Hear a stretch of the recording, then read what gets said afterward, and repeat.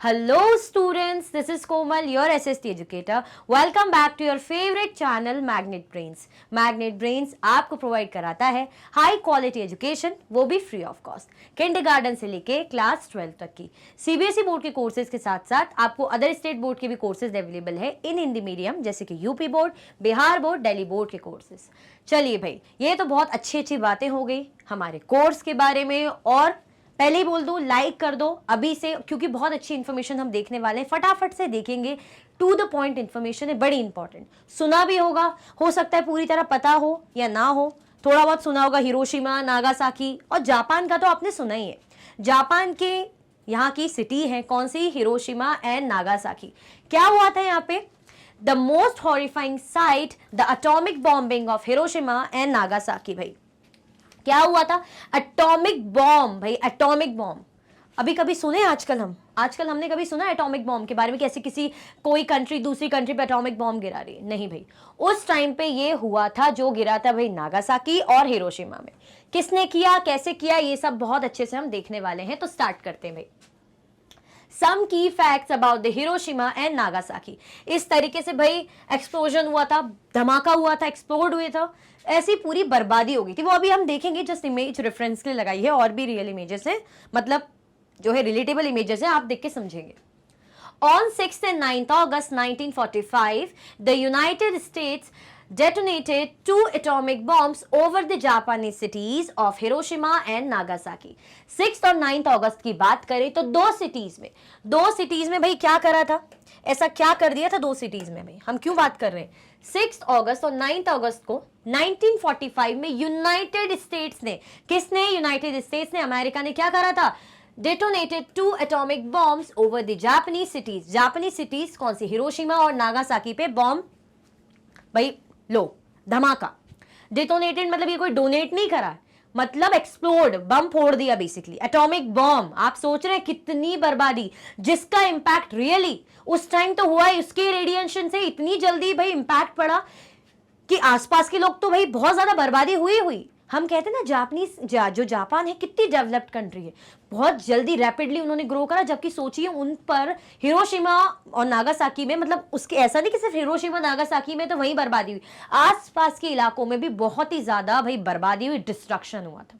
ठीक है, जिसके असर अभी काफी सालों बाद तक भी लोगों पे देखने मिलते हैं। कैसे मिलते हैं, क्या मिलते हैं, देखेंगे। The bombing killed between 1,29,000 and 2,26,000 people. ये एक जस्ट अप्रोक्सीमेट आपके पास डेटा है कि ऑलमोस्ट कितने, 1,29,000 मतलब 1,29,000, ठीक है, से लेके 2,26,000 तक के लोग, लगभग लाखों में डिस्ट्रक्शन हो गई। एटॉमिक बॉम्ब गिरा है भाई तो लाखों में होगा। The little boy bomb dropped on Hiroshima.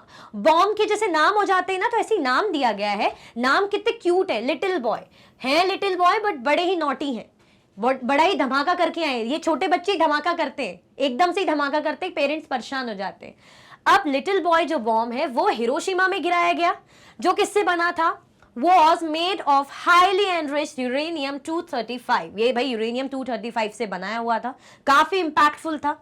While the fat man, मोटा आदमी, ये नाम है भाई बॉम्ब के, ये बॉम्ब के नाम है, कोई मजाक या जोक नहीं है, सीरियसली ये बॉम्ब के नाम है। जैसे फैट मैन जो बॉम्ब है वो नागासाकी पे गिराया गया, किससे बना था? प्लूटोनियम से। ये यूरेनियम से बना था, ये प्लूटोनियम से बना हुआ था। The Nagasaki bomb was regarded as the more complex design. जो नागासाकी का बॉम्ब था, ये जिसकी प्लूटोनियम की हम बात कर रहे हैं, जिसको फैटमैन का हम कह रहे हैं नाम दिया हुआ है, वो ज्यादा इंपैक्टफुल था। वो कैसा था? वो ज्यादा इंपैक्टफुल था और बहुत ही ज्यादा कॉम्प्लेक्स डिजाइन का था। क्लियर हुआ? आया समझ में? जब इतने खतरनाक बॉम्ब गिरेंगे तो आपको खुद इतना आइडिया लग गया होगा कि क्या होगा। The bombing had killed an estimated 1,40,000 people in Hiroshima and a further 74,000 in Nagasaki. अब ये थोड़ा सा ये भी एस्टिमेटेड रिपोर्ट में है, जैसे वो था एस्टिमेटेड टोटल ओवरऑल, तो ये बोल रहे हैं कि बॉम्बिंग में प्रॉपर अगर हिरोशिमा का हिसाब किताब लगाया जाए तो 1,40,000 की डेथ हुई, नागासाकी में 74,000 लोगों की डेथ हुई। इस तरीके से एक्सप्लोड हुआ था, ऐसे दिखा रहे हैं इमेज। ठीक है, In the year that followed, many of the survivors would face leukemia, cancer or other terrible side effects from the radiation. अब ये leukemia क्या होता है, जो ब्लड से रिलेटेड कैंसर होता है, और ये बाकी अदर टाइप के cancer, breast cancer, lung cancer और टाइप के बहुत टाइप के कैंसर होते, थ्रोट, जो भी इतने इतने इम्पैक्ट पड़े। मतलब ऐसा नहीं है कि भाई जो सर्वाइव कर गए तो बच गए, ठीक हो गए, थोड़ा सा चोटिल थे, इंजर्ड थे, बट ठीक हो गए, नहीं, उसका असर इतना ज्यादा खतरनाक था। क्यों? क्योंकि वो बॉम्ब था, एटॉमिक बॉम्ब था भाई। वो एटॉमिक, एटम्स आप पढ़ते, आपने साइंस में एटम्स पढ़े होंगे, है ना? तो ल्यूकेमिया, कैंसर और भी अदर टेरिबल साइड इफेक्ट, जो रेडिएशन निकलता है ना, जो हम बोलते हैं रेडिएशन, रडार में इतना आ गए भाई, इतने रेडिएशन से ऐसा हो गया, ये बीमारी हो गई, रेडिएशन से लोग मर गए, लोग मतलब लोगों को कैंसर हो गया, ये हो गया। तो ऐसे ही इनके रेडिएशन से जो रडार में आसपास के लोग भी आए होंगे, उन पर भी इंपैक्ट पड़ा। तो बात आ जाती जो सर्वाइवर्स है, मतलब जो सर्वाइव कर गए सिचुएशन से, बट स्टिल क्या प्रॉब्लम हुई, उन्हें इतनी इतनी चीजें देखनी पड़ी। The extent of the damage in Hiroshima and Nagasaki in 1945 made it really nearly impossible to provide aid. अब इतना ज्यादा भयंकर तरीके से विनाश हुआ था, डैमेज हुआ था, कि उनको कोई हेल्प करने वाला भी, मतलब कोई एड प्रोवाइड करने वाला भी नहीं था। कैसे होगा जब पूरी तरह से बर्बादी हो चुकी थी, सब कुछ लगभग कितना इतना बुरे तरीके से बर्बाद हो चुका था, तो कहां से बचता ना, पूरी सिटी लगभग बर्बाद हो चुकी थी, ये समझ लीजिए। In Hiroshima, 90% of physicians and nurses were killed or injured. अरे भाई, जब डॉक्टर जो समझो भाई हेल्थ हमारी ठीक करते हैं, जो हमें खुद सही करेंगे, अगर कुछ वैसी बीमारी हो, कुछ प्रॉब्लम हो गई, एक्सीडेंट हो गया, तो पहले हॉस्पिटल ले जाओ, तो डॉक्टर तो सही है। यहाँ पे तो सब बोलते हैं ना, चपेट में तो सब आ गए, बच्चा, बूढ़ा, डॉक्टर, इंजीनियर, सब चपेट में आ गए। तो वो खुद ही बेचारे जब इंजर्ड थे, तो कह रहे हैं ना 90% of physician and nurse were killed और इंजर्ड। जब बेचारे ये खुद ही इंजर्ड थे या मारे गए, तो कौन बचा था? इलाज करने के लिए बचा ही कौन था? क्लियर हुआ? चलो। All the dedication burns beds around the world would be insufficient to care for the survivors of a single nuclear bomb on any city. ये कह रहे हैं कि इतने वर्ल्ड में भी जितने बेड की बात कर रहे हैं ना, जो भी भाई ऐसे बेड रहते हैं, बर्न बेड, जो भाई अराउंड द वर्ल्ड जो अवेलेबल रहते हैं, तो वो भी इनसफिशिएंट हो जाते हैं। मतलब जो बेड है जिनकी ज़रूरत पड़ती है, जब ट्रीटमेंट ऐसे भाई मरीजों को लिए उनके लिए ज़रूरत पड़ती है बेड की, तो वो भी इनसफिशिएंट पड़ जाते for the survivor of a single nuclear bomb on any city. मतलब ये क्या था? न्यूक्लियर बॉम्ब था, एटॉमिक बॉम्ब था। तो इनके जो सर्वाइवर थे इतने थे, इतनी ज़्यादा प्रॉब्लम झेल रहे थे कि बेड्स भी इनसफिशिएंट पड़ जाते। In Hiroshima and Nagasaki, most victims died without any care to ease their sufferings. Some of those who entered the cities after the bombings to provide assistance also died from the radiation. मतलब जो थे वो तो मरे ही, जैसे मैं उस city में हूँ, मतलब मेरा कोई है उस सिटी में, वो तो मरा ही। अगर मैं कुछ हेल्प करने गई कि चलो यार मैं इलाज करने चली जाती हूँ, पर मैं जैसे ही उस रेडिएशन में, इस रडार में आई, मेरी भी डेथ या मुझे भी कुछ ना कुछ प्रॉब्लम। मतलब उस रेडिएशन के कितने ज्यादा हार्मफुल इंपैक्ट थे, आप समझ सकते। तो इन हिरोशिमा एंड नागासाकी जो बहुत से विक्टिम्स थे, उन्हें बहुत ज्यादा कोई सफरिंग, मतलब इतना ज्यादा सफर कर रहे थे, बट कुछ केयर ही नहीं मिल पा रही थी। हमने देखा ना, डॉक्टर्स भाई, फिजिशियंस, सबकी तो डेथ हो गई थी, सब इंजर्ड थे। कौन उनको भाई जो है असिस्टेंस प्रोवाइड करता? फिर भी अगर कोई गए उनको असिस्टेंस प्रोवाइड करने, तो रेडिएशन के अंदर जैसे ही आए उनकी भी डेथ हो गई। It takes around 10 seconds for the fireball from a nuclear explosion to reach the maximum size, but the effect lasts for decades and span across generations. क्या कह रहे हैं? सिर्फ मात्र 10 सेकेंड, 10 मिनट, 10 घंटे नहीं, मात्र 10 सेकेंड में ही जो भी इसके रडार रेडिएशन में आता, उनको बहुत ही ज्यादा सीवियर इंपैक्ट पड़ा था। कह रहे फायरबॉल जब इस तरीके से जैसे फटी, इस तरीके से बहुत बुरी तरीके से कह रहे हैं, मैक्सिमम मतलब बहुत ज्यादा पैमाने पे, बहुत ज्यादा एरियाज में वो फैली, और जो भी रेडिएशन के अंदर आता तो वो तो हमने देखा ही। साथ में जो प्रॉब्लम है कैसे रही, इसके जो इम्पैक्ट है, इसके जो असर है, इफेक्ट है, लगभग 10 मतलब बहुत सालों तक रहे, डिकेड्स, हम तो 10 ईयर्स का लेके चलते हैं, बट और ज्यादा इसके प्रभाव रहे। बहुत ही खतरनाक बॉम्ब था, बहुत ही खतरनाक। ये देखिए इस तरीके से एक्सप्लोड हुआ था, ठीक है। 5 to 6 years after the bombing, the incidence of leukemia increased noticeably among survivors. मतलब 5-6 साल हो गए उस हादसे को, बट फिर भी जो सर्वाइवर्स थे उनके अंदर और भी ज्यादा प्रॉब्लम्स हो रही थी, उनको ब्लड कैंसर मतलब ल्यूकेमिया की बात कर रहे हैं, वो इंक्रीज होता जा रहा था लोगों में, सर्वाइवर्स में। हम क्या बोलते हैं, चलो भाई बीमारी चली गई ठीक हो गए, या इंजर्ड थे चोट लगी थी ठीक हो गए, ब्लास्ट हुए थे थोड़ा बहुत लगा था ठीक हो गए, नहीं, बीमारी बढ़ती पे बढ़ती जा रही थी। तो आप सोचिए उसके असर 5-6 साल बाद तक, 10 साल बाद तक तो कितना खतरनाक रहा होगा। After about a decade, survivors began suffering from thyroid, breast, lung and other cancers at higher than normal rates. Even after decades, मतलब लगभग 10 सालों बाद, उससे भी ज्यादा, जो सर्वाइवर्स थे उनको धीरे धीरे क्या क्या चीजें होने लगे, थायराइड की प्रॉब्लम, ब्रीस्ट, लंग और अदर टाइप के कैंसर होने लग गए।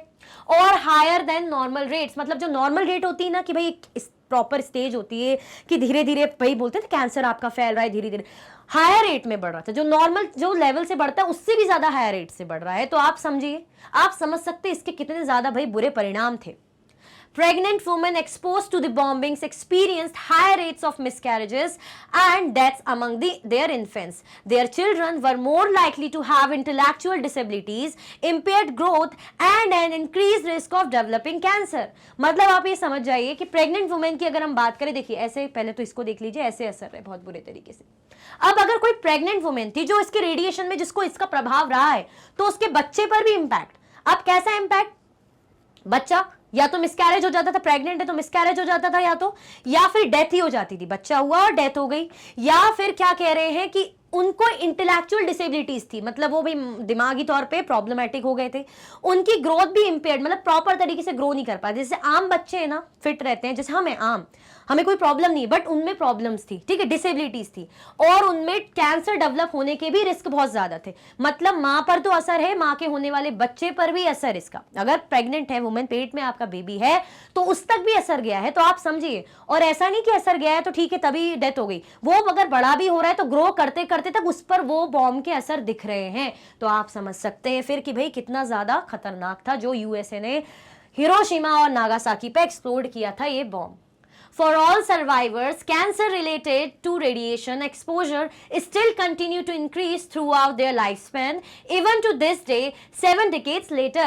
Even हमें आज की भी बोल रहे हैं, even to this day, मतलब आज का भी नहीं बोलेंगे, अभी करंट टाइम तक भी, करंटली जो सिचुएशन की हम बात करें, अभी तक भी ये जो चीजें हैं देखने को मिलती है। मतलब ये जो कैंसर रिलेटेड प्रॉब्लम है रेडिएशन के कारण, जो लोग, जो सर्वाइवर्स हैं, जो भाई अभी जी रहे, जिनकी एज कम होगी, अब धीरे धीरे बढ़ तो रहे, मतलब वो तो है ही, इंक्रीज तो हो रही है, एज तो बढ़ रही है, बट उनमें कैंसर बढ़ने के चांसेस भी बहुत ज्यादा है, मतलब बढ़ रहे हैं, प्रॉब्लम्स क्रिएट हो रही हैं। कहीं ना कहीं वो लोग परफेक्टली, जैसे हम अभी परफेक्टली फाइन है, तो अगर कोई सर्वाइवर होगा वो हमें दिखेगा फाइन, बट उसको अंदर से कुछ ना कुछ थायराइड, कैंसर, कुछ ना कुछ प्रॉब्लम होगी जो तब भी थी और आज तक भी उसके असर देखने को मिलते हैं जो सर्वाइवर है, मतलब अभी तक भी वो ठीक ही नहीं हो रहे। तो आप समझ फिर सकते ही हैं, देखिए ऐसी ऐसी प्रॉब्लम झेलनी पड़ी इतनी ज्यादा, ये तो फिर भी कुछ भी नहीं, बहुत ज्यादा बर्बादी हो गई थी, फिर भी जापान ने खुद को इतना डेवलप किया।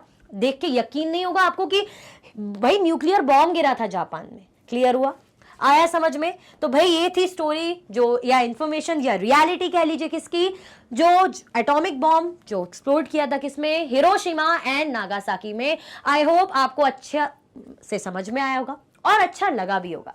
तो लाइक करना और शेयर करना, इन्फॉर्मेशन बिल्कुल भी ना भूलें, और मुझे कमेंट करके जरूर बताएं। फिर मैं नेक्स्ट सेशन में ऐसे ही आपके लिए और अच्छे अच्छे कंटेंट लेकर आऊंगी। इसी के साथ ही वीडियो एंड होती है। अगर आप और भी वीडियो के लेक्चर्स देखना चाहते हैं तो भाई आप मैग्नेट ब्रेन्स के यूट्यूब चैनल, एप्लीकेशन, वेबसाइट पे देख सकते हैं। ई नोट्स और ई बुक्स की लिंक आपको डिस्क्रिप्शन बॉक्स में अवेलेबल है। ये सारे हाई क्वालिटी के कोर्सेस हैं जो कि बिल्कुल फ्री आपको अवेलेबल है। ये अदर प्लेटफॉर्म से आप हमें यहाँ फॉलो कर सकते हैं। Thank you so much for watching.